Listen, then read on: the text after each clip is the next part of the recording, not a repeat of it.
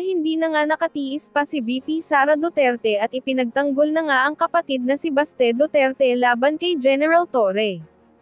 Sa isang interview kay VP Sara sinabi nga nito na kung nanalo si Torre laban sa kanyang kapatid ay handa umano siyang makipagbugbugan kay General Torre kung ito ang kagustuhan niya.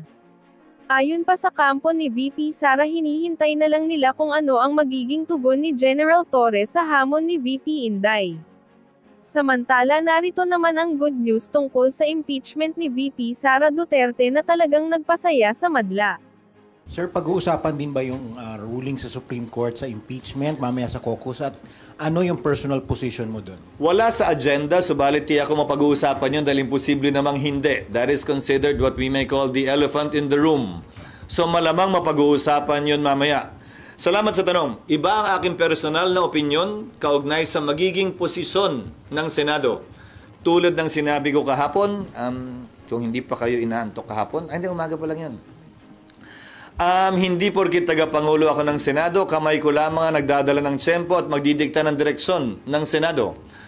We are a collective body and we will be deciding upon these matters collectively also through after deliberation and via a vote. Personally, ang posisyon ko ay bilang abogado ay ito. Nagdesisyon ng Korte Suprema, sang-ayon ka man doon o hindi, dapat ito'y sundin. Kung hindi, magkakaroon tayo ng constitutional crisis at baka tingnan tayo ng mga karatig bansa natin at ibang tao na isang banana republic kung saan sinusunod lamang natin yung mga gusto natin. Ilang pananaw pa kaugnay sa desisyon ng Korte Suprema? 5 sa 11 pinag-utos ng Korte Suprema na isumite ng Kamara ay kabilang sa order o kautusan ng Senate Impeachment Court mismo kaugnay sa compliance ng Kamara sa 1-year ban. Sabi nga ng isang kritiko ng Senado ng mga panahong yon, wala daw karapatan ng Senado utusan ng Kamara at tanungin ng Kamara kaugnay ng 1-year ban. Sabi ng kritiko ng Senado yon, desisyon daw yan ng Korte Suprema. Ngayong nagdesisyon naman ng Korte Suprema, ang sinasabi ng parehong taong yan ay Senate is the sole judge of impeachment cases. Dapat wag pansinin. Ano ba yan? Talaga bang nagbabago kung ano ang tama, totoo at naaayon sa batas? Depende sa gusto natin? Hindi ba dapat? Ano man ang gusto natin, dapat ang sundin natin ay ang batas at saligang batas at ayon sa konstitusyon. Korte Suprema lamang ang bukod tanging may kapangyarihan magbigay buhay at mag-interpret ng ating saligang batas. May mga parte din naman ng desisyong hindi ako sang-ayon. Pero kung babasahin natin ang lubusan, kabilang yung mga separate opinions, halimbawa, may mga concurring opinion doon na nagsabing hindi daw tatawid ang impeachment complaint sa susunod na Kongreso. Taliwas yan sa aking pananaw, pero ito'y concurring opinion at hindi bahagi ng majority opinion. Pero nakita ko bilang abogado na minsan ang mga concurring opinion nagiging bahagi ng majority decision sa mga sumusunod na kaso pa. Having said that, maski yung mga puntong yon ay dinala at ika nga sinundan yung ilang concerns din ng Senado kaugnay sa paghiling sa House na desidido pa ba kayo dito sa impeachment complaint na to sa ilalim ng 20th Congress? Dahil hindi otomatiko yon. Ayon sa dalawang separate concurring opinion sa dalawang mahistrado, binanggit nila yon sa kanilang opinion. Ulitin ko, ito'y pagpapasyahan namin pero wala ako nakikitang rason at dahilan personally para hindi namin sundan at sundin ito. Maliwanag ang desisyon ng Korte Suprema. The impeachment complaint is null and void ab initio. Ab initio meaning from the beginning. Nakasaad din sa desisyon ng Korte Suprema, hindi nagkaroon mula't mula ng jurisdiction ang Senado doon sa impeachment complaints dahil sa paglabag sa Bill of Rights, particular due process of law. Pangatlo, sinabi din ng Korte Suprema, immediately executory ang desisyong ito. Ngayon narinig ko pinag-uusapan ng ilang mga bagay, kaugnay ng reconsideration, kaugnay ng pag-file ng pag-apply ng ilang mga prinsipyo sa batas, kabilang ng Doctrine of Operative Fact, pero hindi natin maiaalis na alam ng Supreme Court ang lahat ng ito. Ang Doctrine of Operative Fact, Korte Suprema mismo ang nagbaba niyan. bilang exception sa null and void ab initio ruling nila sa mga nagdaang kaso. So kung nais nilang gamitin yan, edi ginamit na sana nila dito. Pangalawa, tapusin ko lang, at pangalawa, kaugnay sa paglabag ng due process, kinlaro din nila yon na kapag ka-violation ng due process ang pinag-uusapan, ay wala na tayong pwedeng i-review o ibalik pa dahil nawala na ng jurisdiction mula sa simula ang anumang korte o husgado. Ayon sa majority at unanimous decision ng korte. Yes. Pag-uusapan nyo yan nang nakakonvene kayo as impeachment court o pwede po sa plenary, ma'am? Personal ko ding opinion ito, pero ang masusunod dito ay ang mayoriya. Nakalagay kasi sa korte, sa desisyon ng Korte Suprema, walang jurisdiction ang impeachment court. Walang jurisdiction ng Senado. Nadinggin pa ang mga articles of impeachment. Naalala nyo, bago kami nag-convene, binasa yung articles of impeachment, at least in dulo man lang, bago kami nagka-jurisdiction. Ang sinasabi ng Korte Suprema sa desisyon nila ngayon ay unconstitutional yung articles of impeachment. Kaya walang jurisdiction yung Senado. At pag sumumpa yung mga bagong halal na senador, they will swear to do impartial justice during trial. Wala na nga jurisdiction eh. Sa tingin ko, mas safe na Senado ang magpapasya kaugnay nito, imbis na impeachment court, dahil baka matingnan pa na paglabag ang pag-convene ng impeachment court matapos ang naging desisyon ng Korte Suprema. Ngayon, wala bang presidente o meron? Meron. Noong nagpasya ang Senado na i-dismiss yung impeachment laban kay dating Pangulong Estrada dahil sa EDSA 2, dineklara ng Senado, not as an impeachment court, as a Senate, dineklara ng Senadong functus officio na yung kaso, yung impeachment court, at dinismiss yung kaso. So, nung nagdaan, nagawa na rin yan ng Senado. Inaksyon na ng isang impeachment complaint bilang Senado at hindi bilang impeachment court. So regular session possible later? SP, scenario lang. Depende sa mapag-uusapan mamaya. Total naman, itong mga unang araw na ito, wala pa naman kaming panukalang batas na pwedeng talakayin dahil kailangan ma-first reading muna lahat ng mga panukalang batas na final.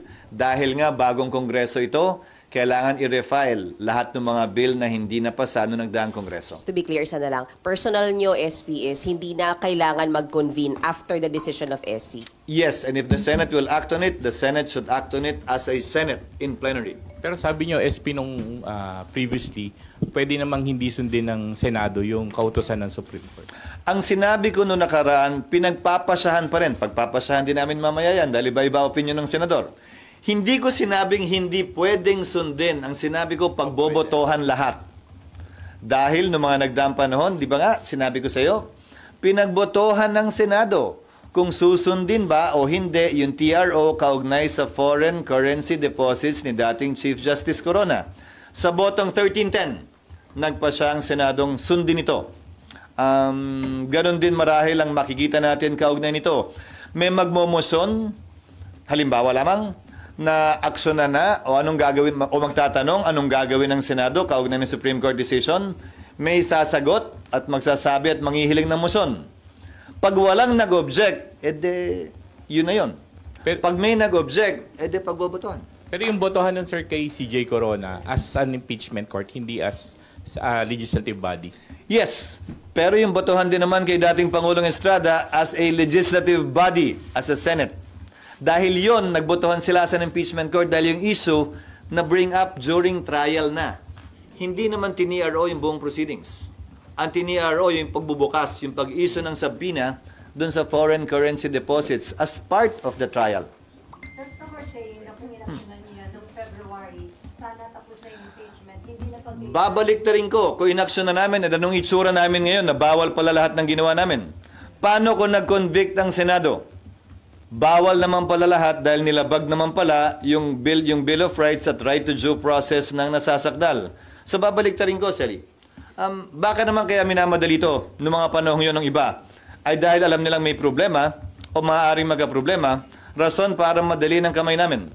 We exercised an abundance of care when it came to that, not wanting to violate any constitutional provision, and juxtapose that to what the House did after the Supreme Court decision. Without an abundance of care, they hurried things, and the result is what you have seen now, given the Supreme Court decision. Correct. Sa tingin ko, hindi pwedeng pulaan yung pagiging maingat ng Senado, lalo na sa nakita niyong desisyon ng Korte Suprema kung saan yung pagmamadali ang pinulaan ng Korte Suprema at sinabi ang mali at nilabag ang karapatan sa due process ng nasasakdal. Pero na-deprive daw yung public na nalaman. Ano ba talaga yung past? Hindi lamang impeachment ang mode of accountability para sa mga opisyal. Investigasyon ng Senado, investigasyon ng Kongreso, kaso sa Ombudsman, lahat ito ay mga avenue para mag-exact na accountability para sa mga opisyal. Dahil, tandaan nyo sa ilalim ng saligang batas, Pangulo lamang ang immune from suit. Hindi immune from suit ang ikalawang Pangulo o iba pang impeachable officers. So hindi nila maaaring sabihin walang ibang avenue. SB, balik lang ako sa SONA kahapon ni Presidente, yung sa flood control at saka yung insertions. Kayo, ngayon po ay kayo din ay naakusuhan na nasa likod ng 140, Nino. almost 140. Nino. Yung report po na lumabas sa politiko. Sino nga yung nag-aakusa? Apo. Yung media? Sa politiko po na merong Sino nga? report. Sino nga? Sir, Sino nga? yung Who mga are media they- reports nga No, po. who are they quoting? It's difficult to answer because you're not quoting anyone. Sino Doon sinasagot ko? Doon sa official documents po na nakuha from the GAA. Sino nga sinasagot ko? Sagutin ko. Sabi nila nung una, 9 billion daw yung sa Sorsogon, 12 billion daw yung sa Bulacan. Sunod sinabi 142 billion. Sunod binura nila yon, ginawang 150 billion. Alin ba talaga ang sasagutin ko ron? Pangalawa, nung una ang sinabi, ako lang. Sunod sinama si Senator Villanueva. Sunod buong Senado na raw yun. Bibigyan ko kayo ng kabuuang sagot. Ang kabuuang panukalang amendment kaugnay sa 2025 budget ay umaabot sa humigit kumulang 600 bilyon. Ang nilipat-lipat, tinanggal, dinagdag. So kung totoo man yung sinasabi nila na 150 billion ang binago ng Senado, nasaan yung 500 bilyon yung pagbabagong yon? Saan ang galing? At bakit nila pinagtutuunan ng pansin yung mas maliit, hindi yung mas malaki? Sunod, nabalita na sa akin yan. Nagagamitin laban sa akin yan kaugnay sa isang demolition job, kaugnay sa napipintong halalan ng Senate President. Pero sinasagot pa rin kita ngayon, bagaman tapos na ang halalang yon. Kung iimbestigahan yan, dapat imbestigahan lamang. Nagsalita na ang Executive Secretary. Imbestigahan daw hindi lamang yung sa panahon ni Pangulong Marcos, pero yung mga nagdaang administrasyon din. Dahil kung ano man ang kapalpakan, kaugnay ng flood control, hindi lamang itong taong to, kung hindi mga nagdaang taon. Dahil kung titingnan nyo yung panukalang budget, mas malaki pa nga yung budget sa nagdaang taon sa flood control kesa sa kasalukuyang taon. Sir, pero just to seek clarification, did you or did you not introduce No. 150 billion? No, of course not. dun sa kahit po sa Sorsogon? Sa Sorsogon, nag-ano? Kung meron din po kayong mga 9 billion? changes. No. May changes sa Sorsogon, yes, pero hindi 9 billion. Now, again, is the NEP perfect? Hindi naman din siguro. Ang importante, transparency kaugnay sa mga pagbabagong yon. Ngayon, kung pipintasan nila, ulitin ko bagaman alam kong demolition job ito mula sa ilang sektor na nais questionin yung aking pananatili bilang Senate President bago kami magbotohan. At bagaman tapos na, para sa akin, hindi parang makalipas ang 27 taon. Ngayon lamang yata ako maakusa ng isang bagay na ganyan. Ang masakit, dinamay pa si Senator Joel na kung maalala nyo, ay nung pumasok siya sa Kongreso, ay ang party list niya ay SIBAC, Citizens Battle Against Corruption. At dahil lamang siya ang napili at napipisil kong majority leader nung mga unang araw nung nakarang linggo. So ulitin ko, bahagi yan, par for the course yan, tulad ng pag-warning sa akin ng ilan sa mga kasamahan ko sa Senado na gagawin yan. Tinitingnan kong bahagi yan, ika nga, sa buhay ng isang politiko. Subalit, sasagutin ko yan na may buong tapang at tulad nga ng unang tanong ni RG kanina, bakit ako ang unang pumalakpak? Dahil yung walang tinatago, walang kinakatakutan. Kahapon po sabi ni Sen Aimee, hindi daw po yun allegation kasi totoo daw po yun and that's the reason bakit hindi siya pumirma. Bakit hindi siya pumirma sa Sa GAA. Yung BICAM ng GAA. Na hindi sila pumirma sa GAA, siguro hindi ba patunay yun na naging transparent yung budget na yon? Kasi nga alam nila yung mga nagdaan, ganun din ba o hindi? May pagbabago ba yung nagdaang GAA, kaugnay sa GAA ng 2025? Ang kaibahan, naging mas transparent, nalaman ng lahat at nakita ng lahat. Hindi ba positibo at tama lamang naman yon? Kumpara sa sasabihin mo na hindi yan nangyari noong nagdaang panahon. Kaya nga pinapaimbestigahan ng Pangulo, hindi lamang ang administrasyon niya, pero ang nagdaang administrasyon din. Yung sinabi po ni San Aimee, hindi lang siya aligasyon. Totoo daw po, yun daw po talaga yung nangyari. Alin? May mga senador na nag-insert ng budget, although ayaw niya rin diretsahin yung mga pangalan kahapon. May mga nag-insert, may mga nag-amend. Grabe naman kasi yung insinuation ng mga naninira. Pag nag-amenda ka ng budget, insert na agad, illegal na agad, bawal na agad, may kita na agad. Hindi naman siguro tama yon. Mali naman yata yon. So, anong gusto niyo sabihin sa amin? Wala kaming karapatan baguhin yung sinasubmit na panukalang budget ng DBM. Ganun ba yan? Kung ano yung sinubmite, ba't pa kami maghihiring? Ba't pa nakalagay sa saligang batas ang power of the purse ay nasa Kongreso? Yun ba yung ibig sabihin mo? Na illegal magbago ng budget? I don't think so. Ang illegal ay pork barrel, which was defined by the Supreme Court as post-enactment intervention. Pakikialam kung paano gagastusin, saan gagastusin ang pondo matapos ito aprubahan. Baka nakakalimutan nyo rin. Bilang finance chairman noon, ako ang kauna-unahang finance chairman na nag-line item ng budget ng DPWH. Bugso ng desisyon ng Korte Suprema kaugnay sa post-enactment intervention of pork barrel. Kung maalala nyo dati, puro lump sum allocations ang nasa budget at sa kauna-unahang pagkakataon na ako'y naging chairman. Doon lamang ni-line item yan. Doon lamang nakita ang mga bagay na yan. So, hindi marapat at hindi makatarungan para sa akin. At bahagi lamang ika nga ng politika at pamumulitika ang mga akusasyong binabato ngayon. Myla. Since na-mention yung 600 billion, and 140 Sino? na-mention yung 600 billion, sabi niya 100 Senator ano? yung amendments ng Senate. 600 billion. So, ibig sabihin, sir, Roughly, yung proposed amendments. so Yeah. yung remaining, sir, amendments ng House ba yan? Halo-halo. May amendments din ng mga ang DBM. Kasi may mga errata din na pumapasok, hindi ba? Sa mga nagdaang panahon. Pero, sir, Minsan may hinahabol sila na, uy, nagkamali, na madali, dapat ganito to. Minsan yung mga departments mismo gustong baguhin yung sarili nilang budget. Dahil may nakita silang pagkukulang o nagbago yung priority o may tuloy biglang nasira na kailangan iliko yung pondo ron habang pinag-uusapan yung budget. Marami naman pwedeng panggalingan yung pagbabago. pero, sir, wala kayong idea kung magkano yung amendments sa ginawa ng House, on the part of the House? Attribution is very difficult,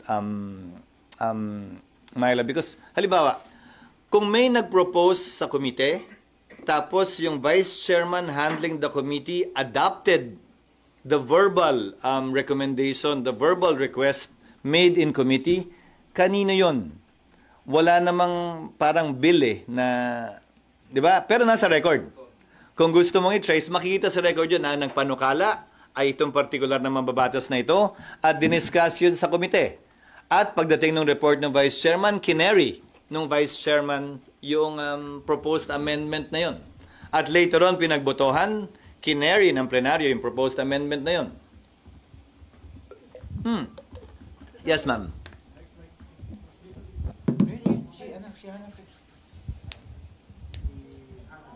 Sir, related din po sa budget insertions.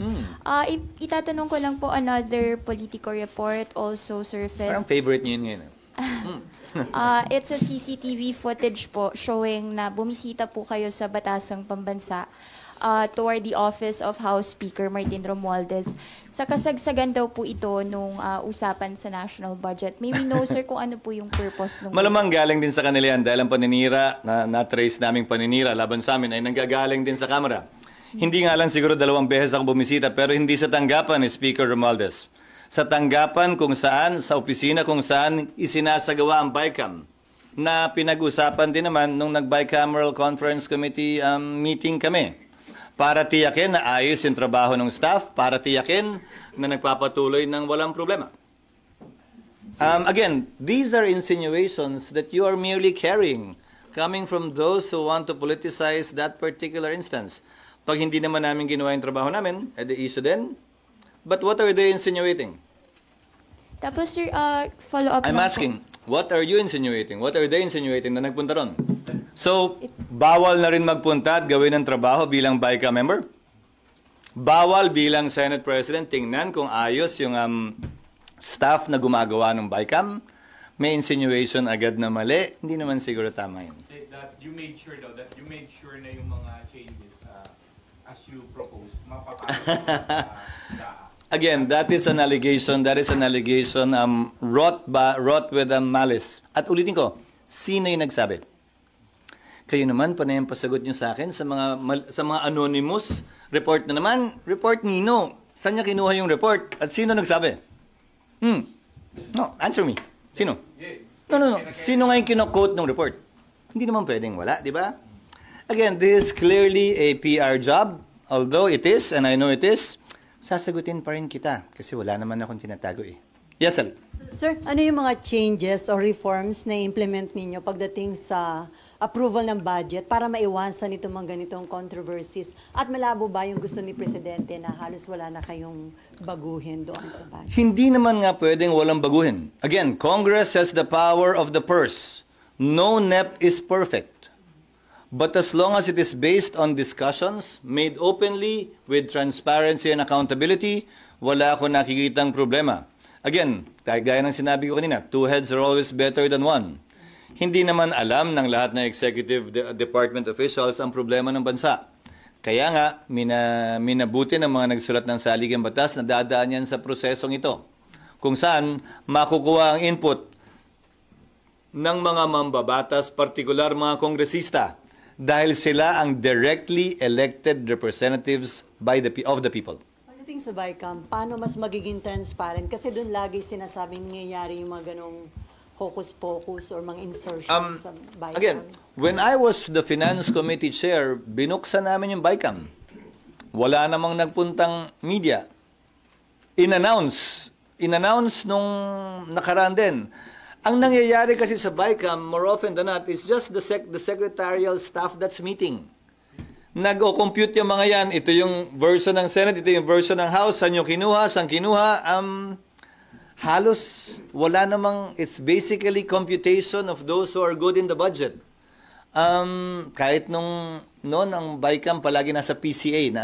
Sino ba yung matagal na rito? Di ba? Sa PCA, lately ginawang sa House, pero PCA madalas. I think nung time ko, PCA pa din. Na wala namang... Hindi yung actual BICAM. Hindi yung meeting. Yung actual BICAM na puro mga laptop na ang gamit nila, sa PCA usually yun. Hindi, yung meeting lang. Pero yung actual BICAM, yung nag-meet yung House Appropriations Committee at saka Senate Finance Committee, it's basically the staff that's basically reconciling the two different versions. Kasi alam mo, nakita ko yun nung nag-finance chair ako. Ang Senate may dadagdagan na item, pero iba, may pagkukunan siyempre yun. Zero-sum game eh. Ang House may dinagdag at iba rin yung pinagkunan. So kailangan nilang pagtugmain yun. And it's actually a more of a secretarial mathematical job of reconciling the two versions. Tapos pag nangyari yun, ipepresenta na ngayon yun sa respective chairperson para aprubahan yung ni-reconcile nilang version. Sir, para may iwasan yung mga insinuation, mga duda and all, pwede ba na ilabas na lang ng Finance Committee Chairman yung listahan ng mga amendments sa bawat senator? Like, kung halimbawa kayo, nagpalagay kayo ng so-and-so amount with the total amount para kita ng lahat. Ginawa ko din yun nung Finance Committee Chairman ako. Papanukala ko rin kay Senator Win ngayon na Finance Committee Chairman na gawin yun. Pero nagawa na rin dati yan na pinanukalang amendment na bawat isa ay ginawang open. Kaya nga mas gusto ko, di ba, lahat pinagdedebatihan sa plenaryo imbis na sa caucus. Tsaka, Sir, ano yun? dapat live stream. Gagawin yan, sir? Kaya this time, Again, I will suggest that to Senator Win. That will most likely be discussed in the majority caucus in response to the President's call as well. Pwede ba yung Pero ulitin ko, totoong- hindi naman po pwede na walang babaguhin at hindi pwedeng baguhin yun na nakaukit sa bato. Tingin ko hindi mangyayari yan dahil that will be depende. Ulitin ko, tama ba lahat na ipapanukala nila? Bigyan ko tayo ng halimbawa.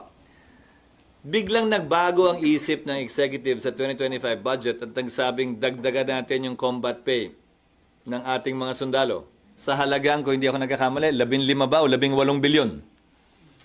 So bahagi yun sa nabago sa 2025 budget, pero nanggaling mismo sa executive yun.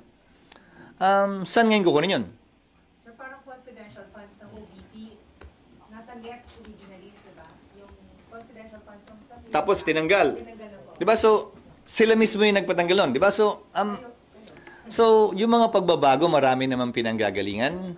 Yon, nagiging transparent din ba yon? Minsan, yung mga sekretary, makikipag-appointment na lang bigla. Di ba?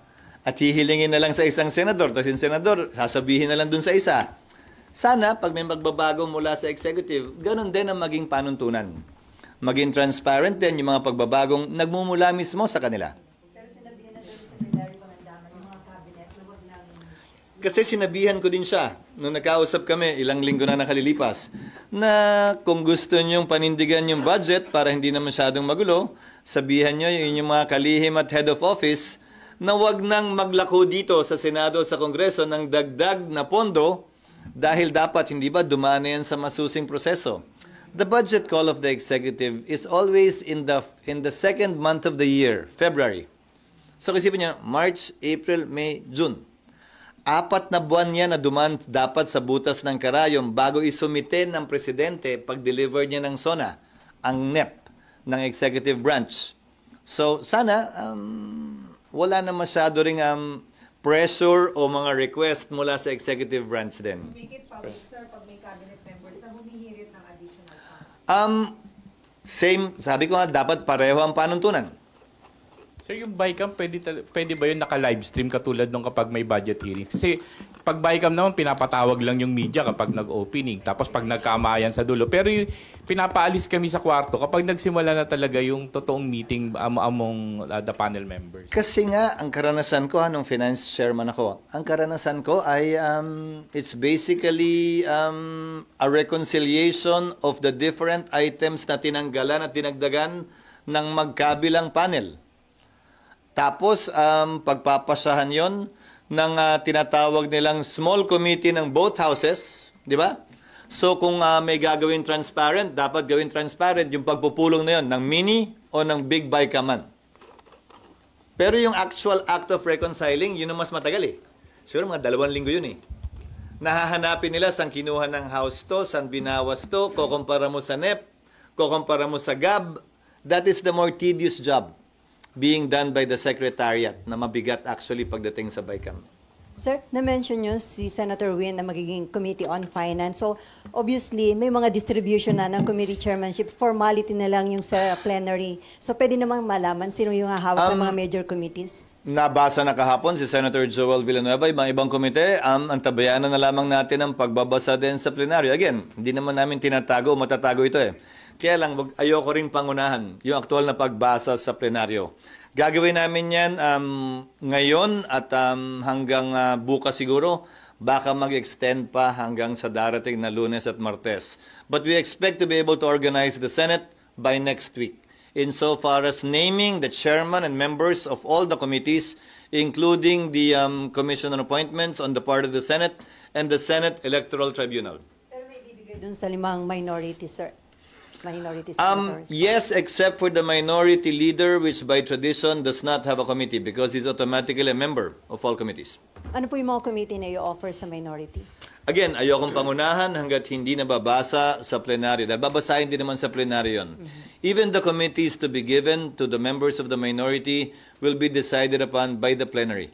Pero yung Blue Ribbon, sir, kay Marcoleta nga, sir. Yun ang direksyon. Pero babasahin din yan siguro bukas o makalawa. Justice Committee, kanino, sir? Sally, Hello. Ginagawa mo na ako, utu-utu niyan. Sir, clarify lang. Ano? Ang ganda nito ah.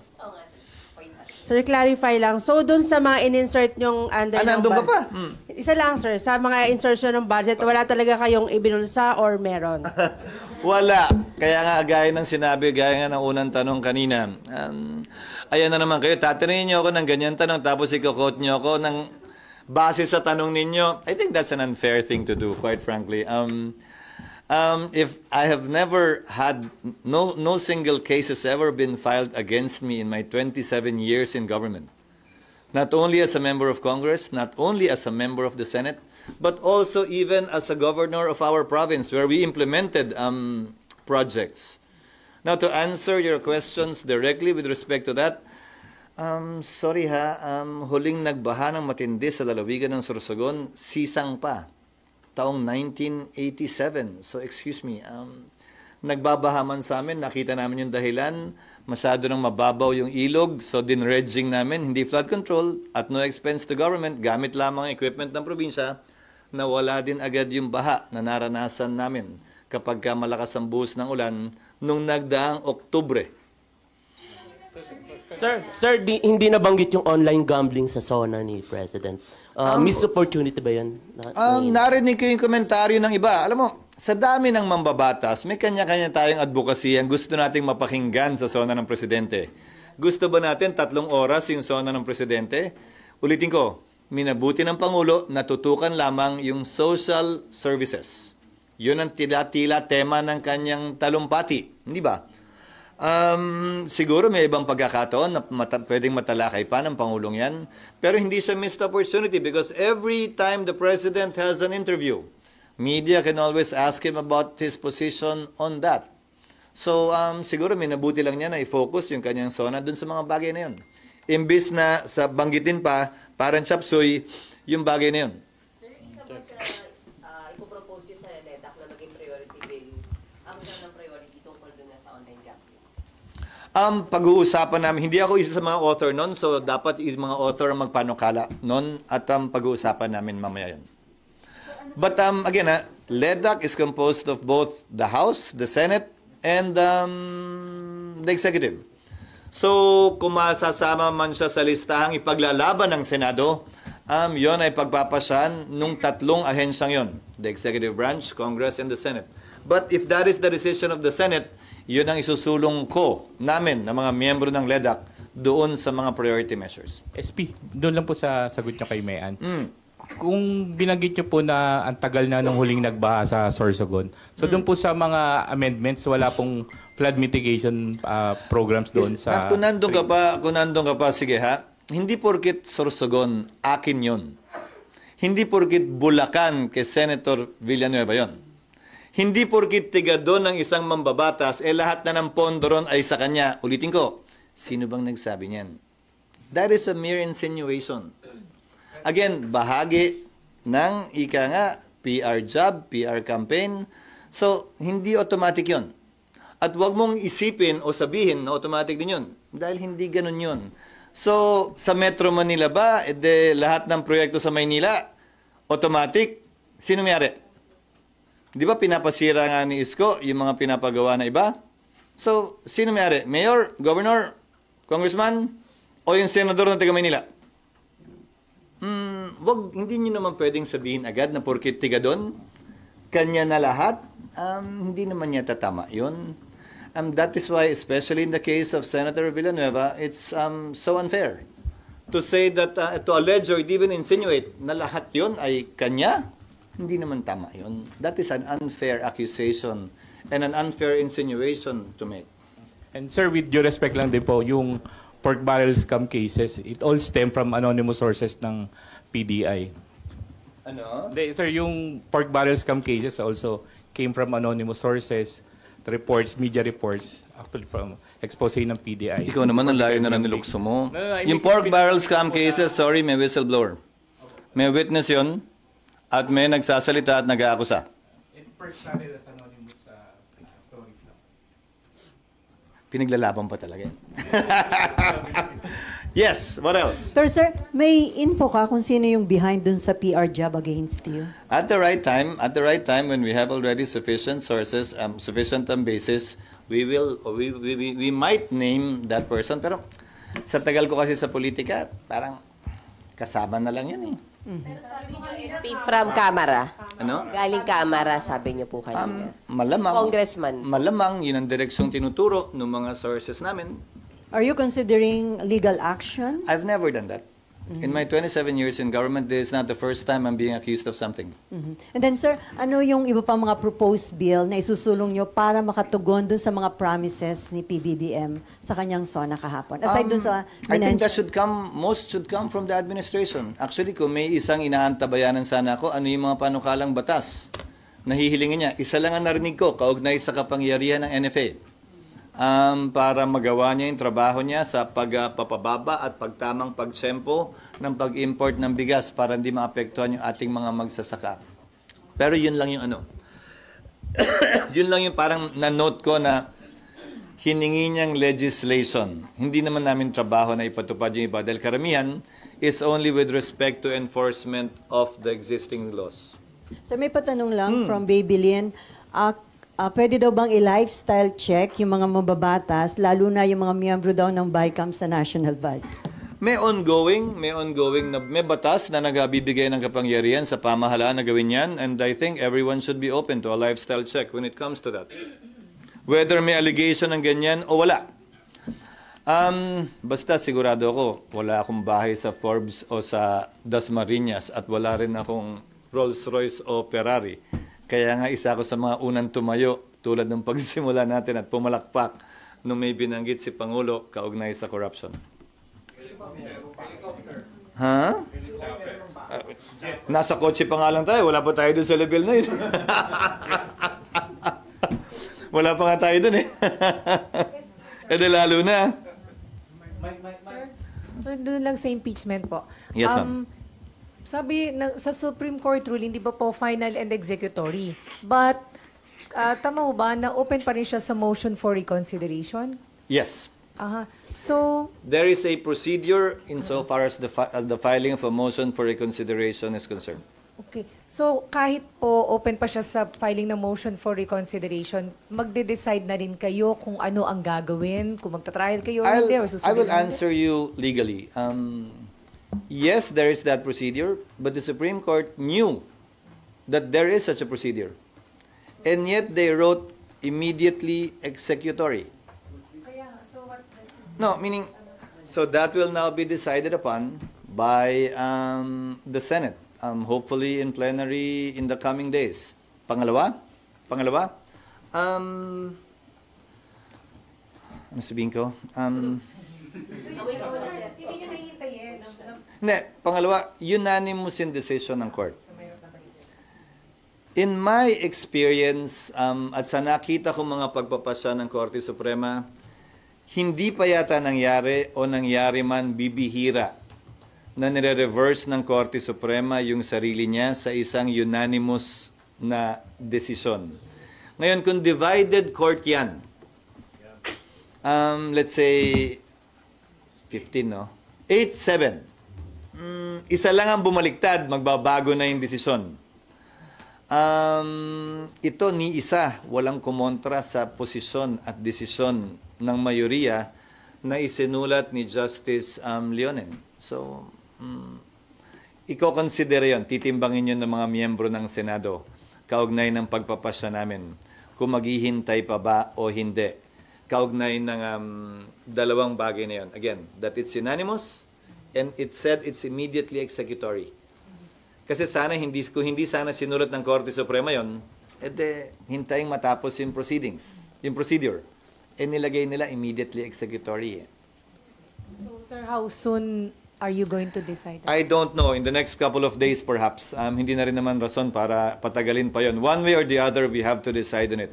And we will decide on it through a vote. Ulitin ko ha, pag may nag-motion at walang nag-object, botohan pa rin yan ha. Pag may nag-motion at may nag-object, doon lang naman i-divide yung House. Pero, lahat ng pinagpapasyahan ng Senado ay sa pamamagitan ng botohan, kaya nga sa pamamagitan ng motion. Kahit yung pag-refer nga ng mga bill, motion eh. Sir, so mag-decide kayo SP sa plenary, meron o walang MR? From House. Hindi ko maintindihan yung tanong mo. Kasi sir, SP, di ba We might consider the fact that the House may file an MR before we decide. Again, ayokong pangunahan. Ang sinasabi ko nga sa'yo, yung dalawang bagay na yon ang titimbangin ng mga miyembro. That it's unanimous, that it's immediately executory, titimbangin yon sa pagpapasya ng Senado. Pwede na ba kami magdesisyon ngayon o hindi pa? But you will also consider the fact that House might or actually will file MR kasama sa factor ng pag-decide po. Minihintayin niyo pa ba yun? Mag-MR pa sila? Sinagot ko na nga na Hindi babalik pa rin ng SC? na kokonsidera yon. Mag-file man sila, paano pag hindi sila mag-file? Wala naman silang sinasabi. Iba-iba sinasabi nila. Sabi sa speech, sabi ng spokesperson, mag-file. Sabi ng speech ni Speaker kahapon, ginagalang nila. Hindi ko nga maintindihan. Hindi ko nga alam. We cannot wait din naman indefinitely dun sa gagawin nila kung sakasakali. So unless SP na wala pa kayong decision, mag-file na sila ng MR, that would be a different situation. Again, unanimous, immediately executory. Whether they file an MR or not, that will be considered by the members of the Senate in arriving at a decision whether or not to vote for it at the soonest possible time or at a later time. Pero kung mapapansin nyo, kung nabasa nyo na ba yung decision? Ako kaya hindi ako masyado nagkomentary nung unang lumabas dahil napakahaba ng desisyon. It's 97 pages with 5 concurring opinions. Sa concurring opinion nga, 3 pa lang ang nababasa ko at hindi pa yung buong 5. Kaya pinigilan ko muna yung pagkomentaryo until today. Pero maging ganun pa man, maganda yung pagkakasulat dahil klaro siya, sinimulan niya talaga sa simula. At yung ibang concurring opinion, sinagot. Dahil mas late lumabas o baka nakita nila yun. Sinagot yung mga concerns na ni-raise ng ilan sa mga kritiko ng Korte Suprema. Bahagi ng concurring opinion, yung ilan sa mga sinasabi ko nung una pa, that the 19th Congress cannot bind the 20th Congress. Although sa pananaw ko, tatawid, iba ang pananaw ng ibang justices. Sa concurring opinion nila, hindi tatawid. At sinabi nila, kailangan may aksyon ang Kongreso ng 20th Congress tulad ng hiniling namin sa kanila. Doon sa order na binaba ng impeachment court sa Kamara. Dahil nga, the 19th Congress cannot bind the 20th Congress. Sir, hirap ba ang impeachment because of the ruling of the Supreme Court? Dinagdagan yung procedure, definitely. Hindi ko sasabing humirap kasi pag due process ang pinag-uusapan, hindi mo naman pwedeng sabihin, wag natin gawin dahil mahirap. Hindi mo alam kung kailan darating yung panahon na ikaw naman yung nasasakdal. At hahanapin mo naman yung due process na igawad sa iyo. So, ayokong gamitin yung salitang humirap. Niliwanag nila na yung probisyon ng saligang batas kaugnay sa impeachment, hindi mo pwedeng ihiwalay sa probisyon ng saligang batas kaugnay ng due process. Dapat magkasabay yun. So sa ngayon, ang direct filing ng impeachment through a vote of 1/3 members of the House ay ganito na, base sa pagkakabasa ko ng desisyon. Draft pa lang, kailangan ng ibigay sa nasasakdal. Yung draft dapat nakapaloob doon, yung ebidensya laban sa nasasakdal.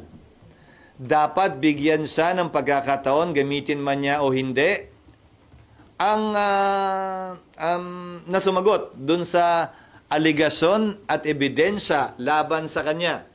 Dapat ibigay yung draft sa lahat ng miyembro ng Kamara, hindi lamang dun sa nagsabing pipirma. Dahil ayon sa desisyon, buong Kamara ang magpapasya at hindi lamang yung 1/3. So paano nga naman yung 2/3?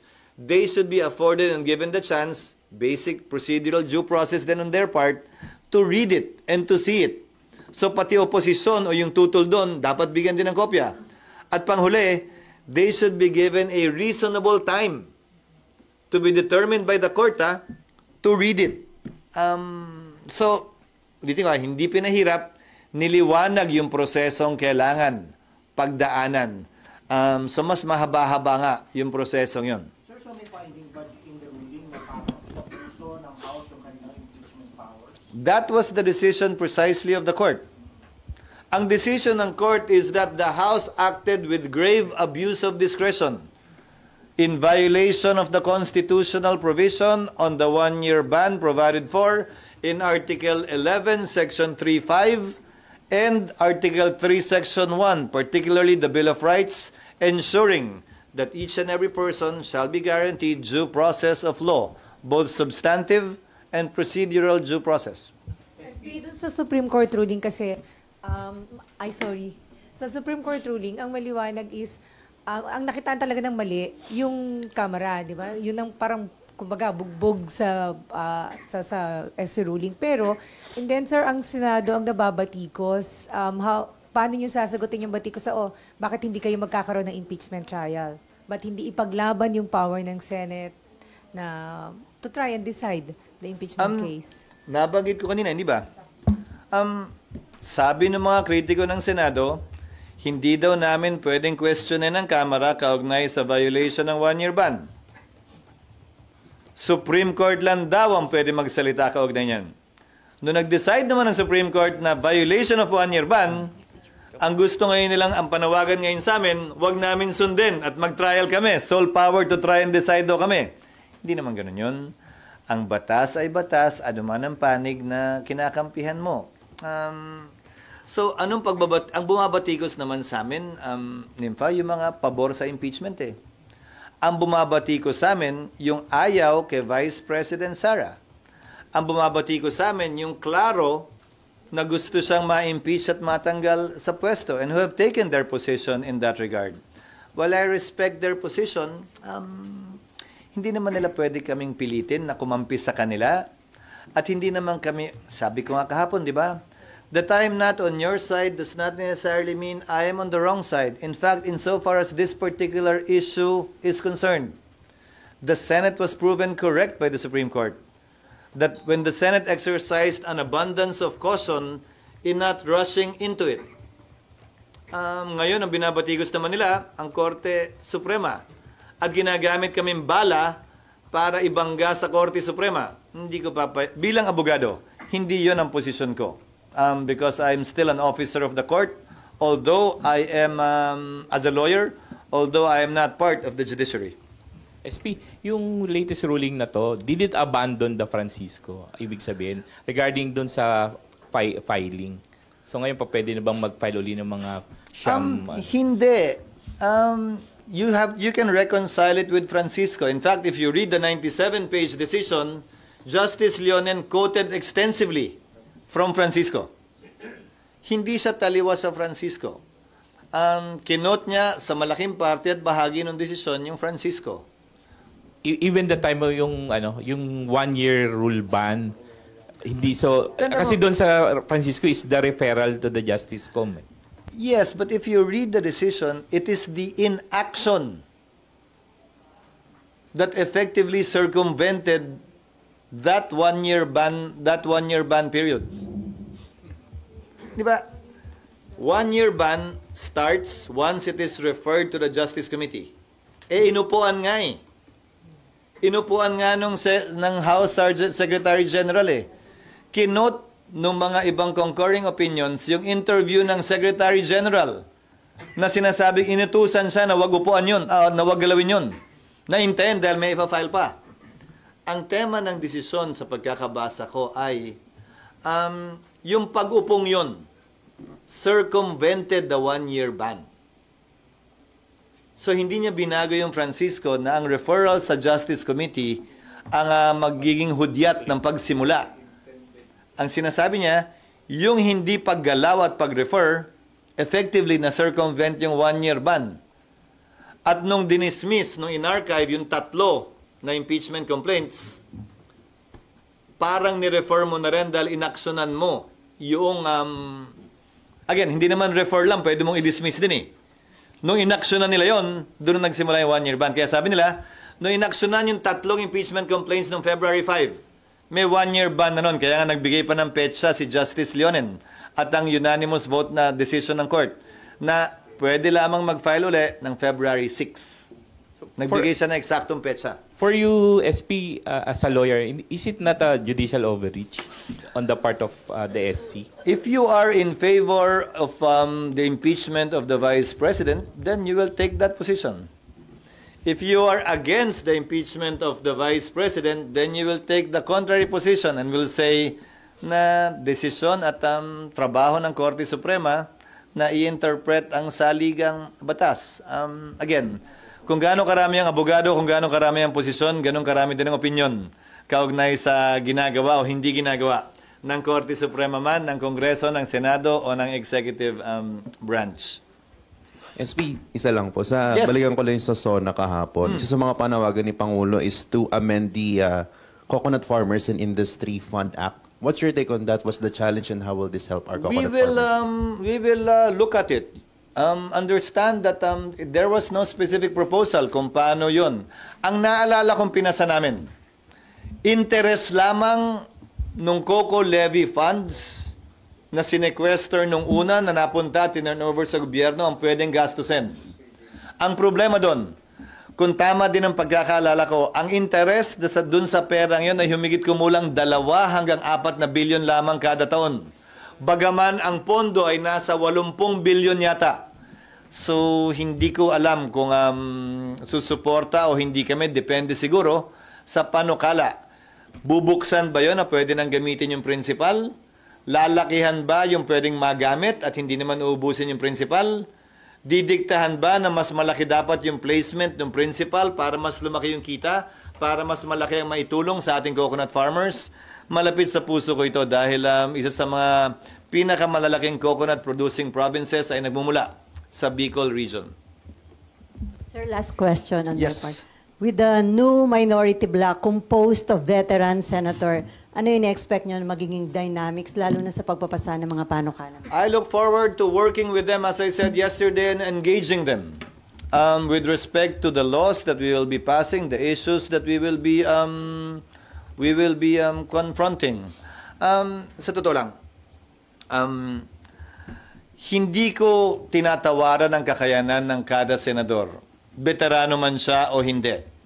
Ginagalang ko ang bawat isa, bago man siya o matagal na. Pantay lamang ang boto namin at tigi-tigisa. Pare-pareho kaming may access sa mikropono at may boses para magsalita. Bilang tagapangulo ng Senado, pantay kong itatrato titingnan ang kada miyembro, mayoriya man o minorya, matagal man o baguhan sa Senado. So inaasahan nyo magiging cooperative, not obstructionist, yung new minority? I will take Senator Soto at his word. Yun naman ang sinabi niya kahapon, that he will work with the majority, with his colleagues in the Senate. And I've seen Senator Soto in the various capacities he served in the Senate, either as Senate President, as a majority leader, as an ordinary member. Again, that's the advantage of being a veteran, I guess. Kaya mo na yun, alam mo na yun, hindi na kailangan i-memorize yan, ika nga. Thank you, sir. Thank you.